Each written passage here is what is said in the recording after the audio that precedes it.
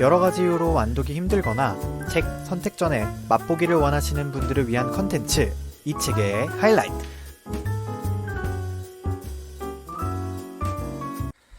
인간은 알지 못하는 것에 대해 궁금해하고 두려워합니다. 예를 들면 우리가 다 알지 못하는 우주나 심해 등이 있겠죠. 하지만 사람이 가장 궁금한 건 죽음, 그 이후의 세계가 아닐까요? 사람은 죽으면 어디로 갈까요? 기독교에서 말하는 것처럼 천국 혹은 지옥으로 가게 될까요? 혹은 무로 돌아가서 다시 환생을 하게 될까요? 여러분들은 어떤 생각을 가지고 계신가요? 서론이 길었는데요. 오늘 소개해드릴 책은 프랑스가 나와서 한국에 기른 유명한 작가 베르나르 베르베르의 타나토노트 소개해드리겠습니다. 타나토노트는 누구나 궁금해하고 두려워하지만 살아있는 사람들은 알 수 없는, 하지만 누구나 결국엔 알게 될 죽음, 그 뒤의 세계를 그리고 있습니다. 제가 개인적으로 너무 재미있게 본 영화가 두 편 있습니다. 신과 함께와 디즈니의 코코라는 영화인데요. 이 영화를 사람들도 역시 재밌다고 느낀 건 아마도 이 영화의 배경이 죽음 이후의 세계인 것도 한몫했다고 봅니다. 먼저 타나토노트라는 책 제목을 살펴보고 넘어갑시다. 타나토노트, 여러분들 처음 듣는 말이죠? 사실 이 책의 제목이 이 책의 스포일러라고 봐도 무방합니다.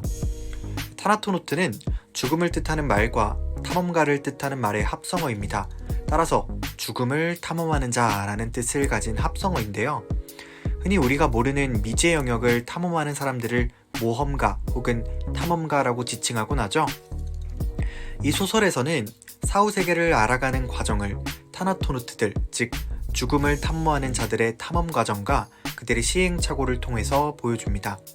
죽음 그 자체보다는 죽음을 탐험하는 인간들의 행위에 초점을 맞춰 소설을 전개하고 있습니다. 좀 다른 관점이죠?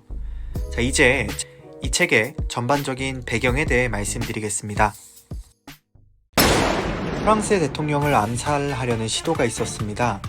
대통령은 촉에 맞고 코마 상태에 빠지게 되고 코마 상태에서 자신의 영혼이 육체와 분리되는 체험을 하게 됩니다. 다시 되살아난 프랑스의 대통령은 죽음 이후의 세계에 대해서 주인공에게 연구할 것을 지시하게 됩니다.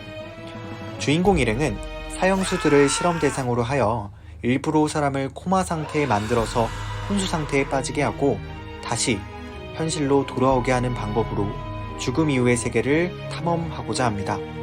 수많은 실험 끝에 결국 성공하게 되는데요.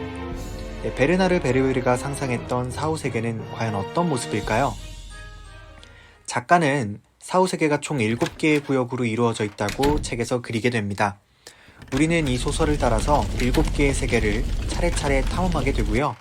제7구역에선 심판을 받아 과거의 행동으로 환생의 방향이 결정되거나 혹은 천국으로 가는 등 그 이후의 행방이 결정되게 되죠. 이렇게 말씀드리고 나니까 약간 실망하신 분들도 있을 것 같아요. 우리가 흔하게 생각할 수 있는 종교에서 다루는 그 사후세계와 크게 다르지 않으니까요.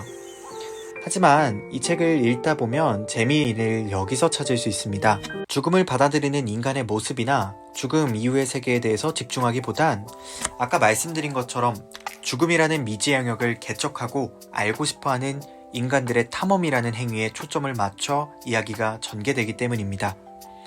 죽음보단 죽음이라는 미지의 세계를 탐험하는 인간들을 그린다.